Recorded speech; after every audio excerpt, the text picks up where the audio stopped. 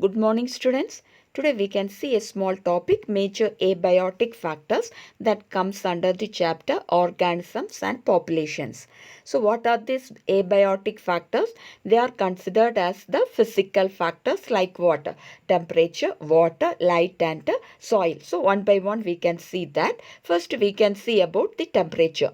So the temperature is one of the most important environmental factor, and you all know that the average temperature varies seasonally. That means at every season the temperature will be changing, isn't it? The average temperature will be differing, isn't it? In the winter season it will be very less. In the summer season the temperature will be very high. Same way, when we go from equator to the poles, the temperature will be going on decreasing. That is, in the equator the temperature will be high, and towards the poles the temperature will be low, isn't it? Same way, when we go from the plains to the mountain tops, again the temperature will be decreasing. In the plains we can experience high temperature, but in the mountain tops we can experience very low temperature. Okay, the temperature will be ranging from sub-zero levels in the polar areas, okay, and the high altitudes, and it will be increasing to about more than 50 degrees Celsius in tropical deserts, especially in the summer. Okay, so the temperature will be ranging from sub-zero level in polar areas, polar regions, as well as in the high altitudes. High altitude means what? In the mountain tops. Okay, so there the temperature will be sub-zero level. Sub-zero means what? Below zero. It will be in minus degrees. Okay, so such a very low temperature can be seen there in the polar areas, or as well as in the mountain tops or the high altitudes. And if you see the tropical deserts, and that too in the summer season, the temperature will be more than, it will be greater than 50 degrees Celsius. Okay, it will be more. The temperature will be very high. Okay, and there are certain unique habitats like what? The thermal springs and the deep sea hydrothermal vents. Here the temperature will be exceeding 100 degrees Celsius. Okay, the temperature will be very high there. It will be more than 100 degrees Celsius, where in such some of the unique habitats like the thermal springs, thermal hot springs, that water will be very hot. See, this can be seen in most of the places, even in our country. If in Gujarat it can be seen, Rajasthan, Himachal Pradesh, Arunachal Pradesh, West Bengal, etc. Everywhere that hot springs or thermal springs are there. And even in the deep sea hydrothermal vents also, the temperature will be very high, and it will be exceeding 100 degrees Celsius. Okay. Now, if you see some of the examples like the mango tree cannot grow in temperate countries like Canada and Germany. Why? Because in Canada and Germany the temperature is very less, isn't it? This mango tree needs a warm temperature, or a warm climatic condition is required. So when the temperature is very less, the plant may not be able to grow because it cannot adjust with that temperature. Okay, so we can say mango trees cannot be seen in Canada and Germany. Another example is the snow leopard. Snow leopard can be seen in snow a rich area, isn't it? In the polar regions we can see. So these cannot be seen in Kerala. Why? Because in Kerala we can say warm climatic condition will be there, and snowfall is not there, isn't it? So the snow leopards cannot survive. Same way, if you take a fish, that is tuna fish, they cannot be caught beyond the tropical latitudes in the ocean. Okay, so because of the temperature variations, some of the organisms are capable of surviving in a particular area only. They are not found everywhere. Okay, then we can also appreciate the significance of temperature to the living organism. That is the use or importance of temperature to the living organisms when we realize that it affects the kinetics of enzymes. Okay, so what will be affected? The kinetics of enzymes can be affected. What do you mean by the kinetics? Kinetics is the measuring or the study of the rate of reaction.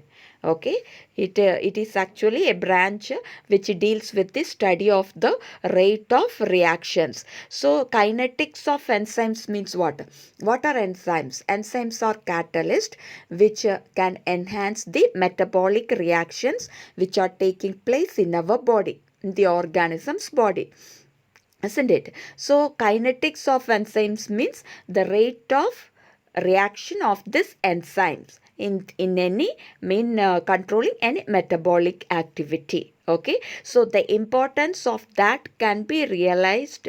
Okay, when we importance of temperature can be realized when it affects the kinetics of enzymes.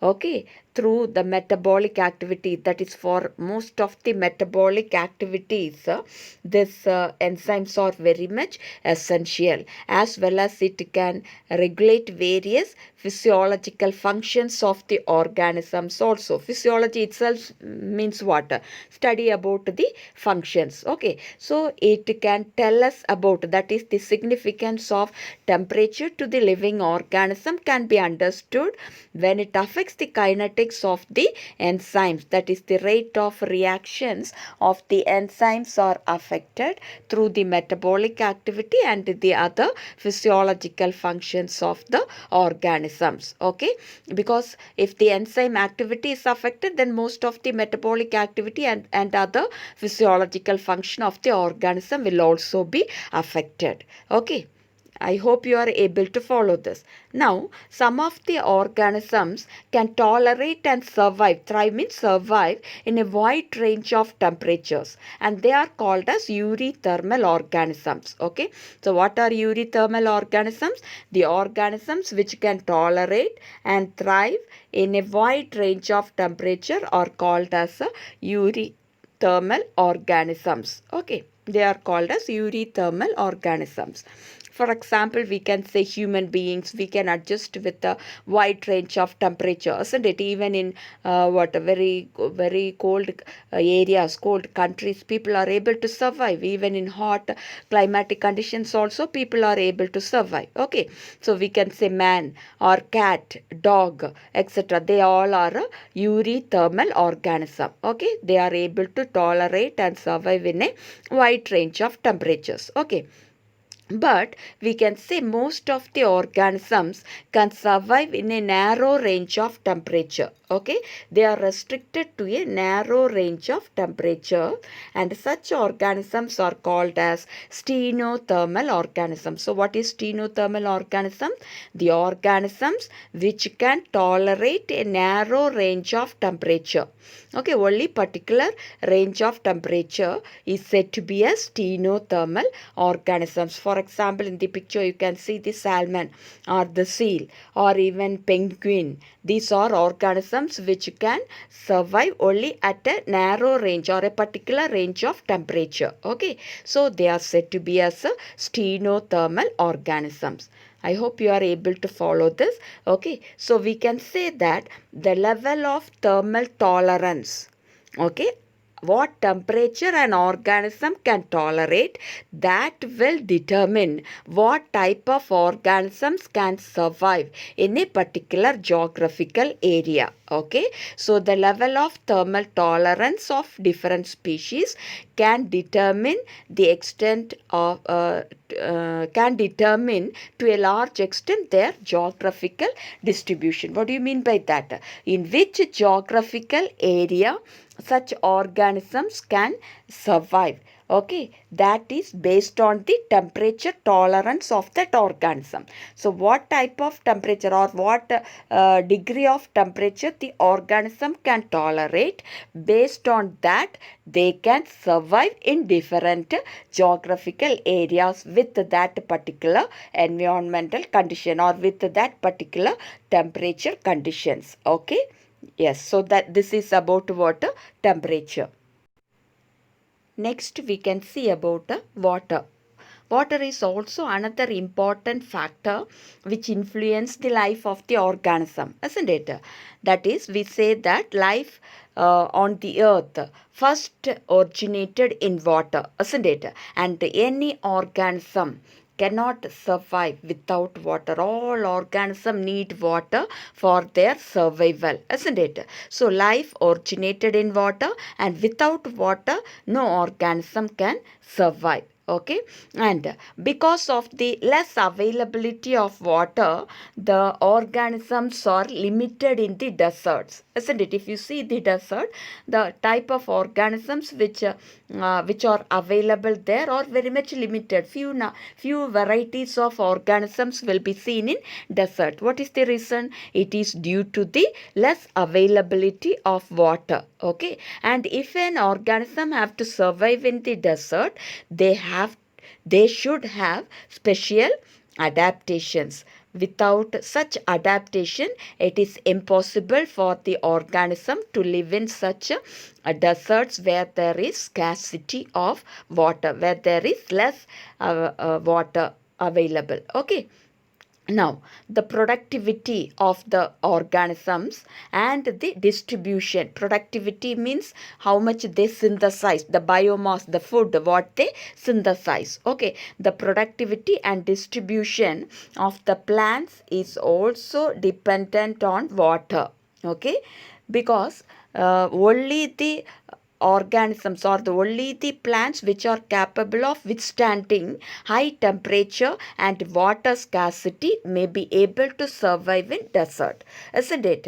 That is, the xerophytic plants are capable of surviving in desert. Okay, others may not be able to survive because they will be easily dried off. Okay, yes, so the productivity and distribution of plants is mainly dependent on water. So what we think is, if a organism is living in water, they will not have any water related problems because they are aquatic plants or aquatic animals. They are in water, so they will not have any such water related problems. But that is not correct.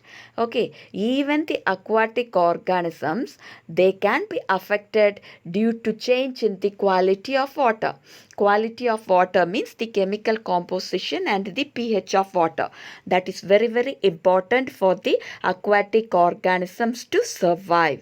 So if the chemical concentration is not proper, see at certain times you can see, even in the news you come across, in a pond all the fishes were dead and they are floating on the surface of water.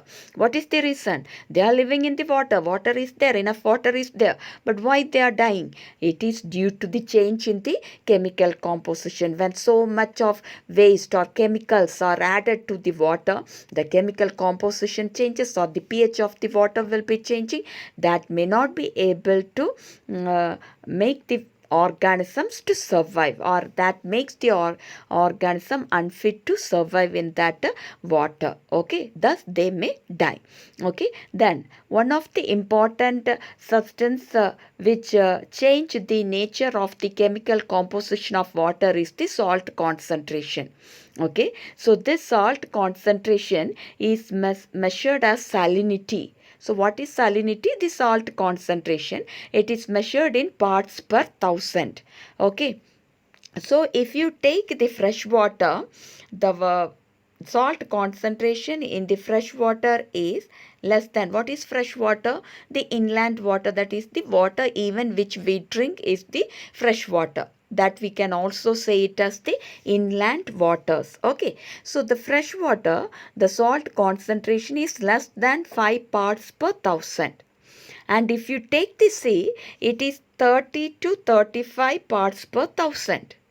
Okay, and in hypersaline lagoons where the salt concentration is more than 100 parts per thousand. So you see, hypersaline lagoons are there.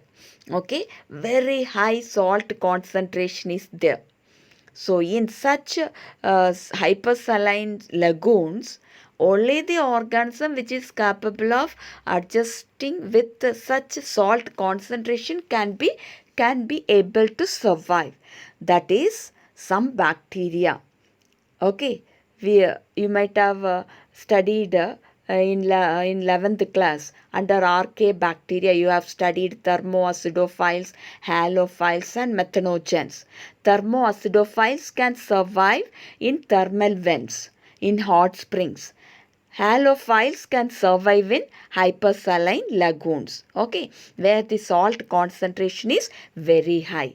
So you can compare the salt concentration in different waters, isn't it? In inland water, in fresh water, it is only 5. It is less than 5, we can say. In sea water, it is 30 to 35 parts per thousand. But in hypersaline lagoons, it is more than 100 parts per thousand. Okay. So this salt concentration will also determine what type of organism can survive in such water bodies. Okay. Now, some of the organism can tolerate a wide range of salinity. Just like the temperature, here also some organisms are tolerant to a wide range of salinities. They can withstand wide range of salinities, or if the salt concentration is varying also, they are capable of survival. Okay, they are said to be as euryhaline. So what are euryhaline organism? Haline means salinity. Okay, so euryhaline means the organisms which can tolerate a wide range of salinity are said to be as euryhaline. For example, you can see here the picture also, the molly fish. This is the molly fish. This is the green crab. Okay, so these are examples of euryhaline organisms which can tolerate wide range of salinities. Now, some organisms are restricted to a narrow range of salinity, and they are called as stenohaline organisms.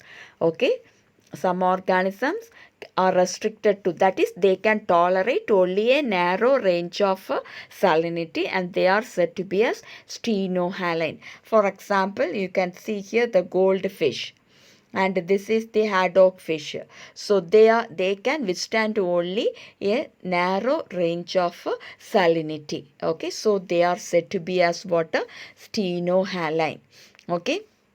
And if you are putting a freshwater animal into a seawater, you can see that it cannot survive for a long time. Soon it will die. The same way, if you take a seawater organism, even just the jellyfish, you take it and put it in fresh water, they may not be able to survive because they will be facing problems in osmotic balance. In salt water balance, they find it difficult to adjust, and thus it lead to the death of the. Okay, so this is about water. Next, we can see about light. So light is also one of the important abiotic components, isn't it? Especially the food is synthesized through the process of photosynthesis by the plants when the sunlight is available. Okay, so they use the sunlight as a source of energy, and with that sunlight they synthesize their food by the process of photosynthesis, isn't it? So we can understand the importance of light for the living organisms, especially the autotrophs. Autotrophs are organisms which can synthesize their own food with the help of sunlight, isn't it? Now, if you take some of the small species of plants, like the herbs or the shrubs, especially which are growing in the forest, and they are adapted to photosynthesize with very low light conditions. Why it is so? With very low light conditions, the herbs or shrubs which are living in the forest are adapted to photosynthesize. The reason is that huge trees which are growing in the forest, they will be forming their at the tip, they will be producing branches, isn't it? So the topmost branches, they all will be forming a canopy. Canopy means they form a crown or a layer over there, and because of that canopied trees, the light will be prevented from reaching the bottom of the forest. Okay, only very less light, okay, or low light will be reaching the bottom of the forest. Okay, so the shrubs or herbs which are living at the bottom area will of that forest will be getting very less light, and with that little light they are adjusted to perform photosynthesis. Okay, and the organisms, the plants or animals also depend on sunlight for various other purposes also. Okay, for example, if you take the plants, they also depend on sunlight to meet their photoperiodic requirement. What is meant by photoperiodic requirement? What is photoperiodism? It is the response of the plant to the duration of sunlight. Okay, response of the plant to the duration of sunlight. That is said to be photoperiodism. Okay, so the plants also depend on sunlight to meet their photoperiodic requirement for flowering. See, in 11th class, you might have studied short day plants, long day plants, and day neutral plants, isn't it? Some plants need too much of daytime. The length of the daytime should be more and night should be shorter for flowering. But on the other hand, some plants need a long night and short day for flowering. And some plants are not affected by the duration of daytime as well as the night time. Okay, so some of the plants depend on such photoperiodic requirement for their flowering. Only if they are subjected to the correct duration of dark and light, they will produce the bud and they will be flowering. Okay, same way the animals also. Okay, especially if you take the diurnal animal. What is that diurnal animal? Animals which are active during the daytime. Okay, that is they come out in search of food or for reproduction or for migration or feeding, etc. Okay, so for all this they used to come out during the daytime. So such organisms are said to be as what? Diurnal animals. Okay. So the diurnal animals depend upon the light. Okay, and for what? Light intensities and the duration of light. For what they are depending on this light? For signaling, they will take it as a signal for timing for their feeding or for their reproduction or for their migratory activities. Okay, so we can say many animals use light for what? Timing their foraging. Foraging means what? Feeding habit. Okay, their feeding time, their reproductive or migratory activities can be decided based on the light intensity and the duration of light available. Okay, so animals also depend on water, light. Not only the plants are depending for photosynthesis or for flowering, the animals, especially the diurnal animals, also depend on light, and based on the light intensity and duration, they decide the time that will act as a signal for timing for their feeding habit. Okay, that is the time for going in search of their food or for reproduction, as well as the migratory activities. Migratory activities means, they will be moving from one place to another place. See, some birds you can see in the morning they used to go in search of food in one direction they will be going, and evening if you see they all will be returning back. Okay, so for that also light is essential. Okay, then the availability of the light on land is also linked with the temperature, because the sun is the source for both temperature as well as light, isn't it? The sun is the source of energy which produces the light, and because of the availability of light only, the temperature will also be increasing or decreasing, isn't it? And if you take deep in the ocean, we can say the organisms which are living there will not be aware about the existence of sunlight itself, isn't it? Because in the deep in the ocean bed, if you see, it will be very dark, no light will be entering, and they are not aware about the existence of such a source of energy called the sun, isn't it? And if you see the solar radiation, the different spectrum of light will be released, will be coming out from the sun, isn't it, which is essential for life. But some of the radiations are non-essential also. That is, the UV component of the light is harmful to the organisms. So they are not allowed to pass through and enter into the earth's surface. How it is prevented? By the ozone layer, isn't it? But the visible spectrum, that is VIBGR, is essential for the plants as well as animals for their survival, especially for the plants. The visible spectrum of light is essential, isn't it? And even the plants which are living in the marine water, deep in the ocean, also need that visible spectrum of light for photosynthesis. You know that in 11th class you have studied that the red algae can be seen in the deepest portion of the sea, isn't it? Why they are able to survive there, or how they are able to survive there?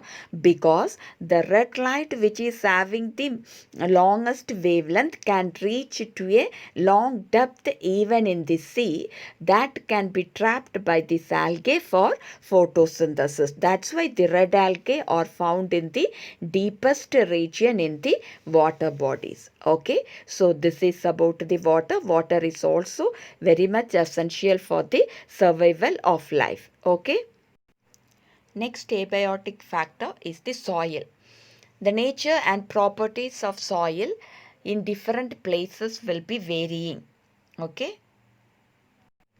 That is, it is dependent on climate, the weathering process, whether soil is transported or sedimentary, and how the soil development occurred. Okay, so based on all this, the nature as well as the properties of the soil in different places will be varying. Okay, so the climatic condition, the weathering process means what? How the soil is formed, isn't it? Due to the sun or due to the erosion of the rock by the lichens, or due to water, wind, the soil might have been formed, or it has been formed due to transportation by the wind or water, or sedimentary, there itself it was sedimented. Okay, so based on all this, the properties of the soil will be varying from place to place. Okay, then the various characteristics of the soil, such as the soil composition, the grain size, and aggregation, also determines the percolation and water holding capacity of the soil. What do you mean by that? That is, the various other characteristics of soil, such as what? Soil composition, what it is formed of, whether it is formed of only sand particles, or silt is there, or more amount of compost or humus is there. So this is the soil composition. Okay, then the grain size, the soil size of the soil, whether it is large size or the small size, and aggregation, how it is present, whether they are closely packed or it is loosely present. Okay, so their aggregation means joining of the soil particles. Okay, so these will determine the percolation and water holding capacity of the soil. Percolation means water, the amount of water, the water, how they are entering into the soil particles. Okay, through the soil particles, how they are seeping into the earth. Okay, that is percolation. And water holding capacity means how much water the soil can hold, whether it can retain the water for a long time or for a short time. Okay, so this is determined based on the soil composition, grain size, and aggregation of the soil. Okay, have you understood?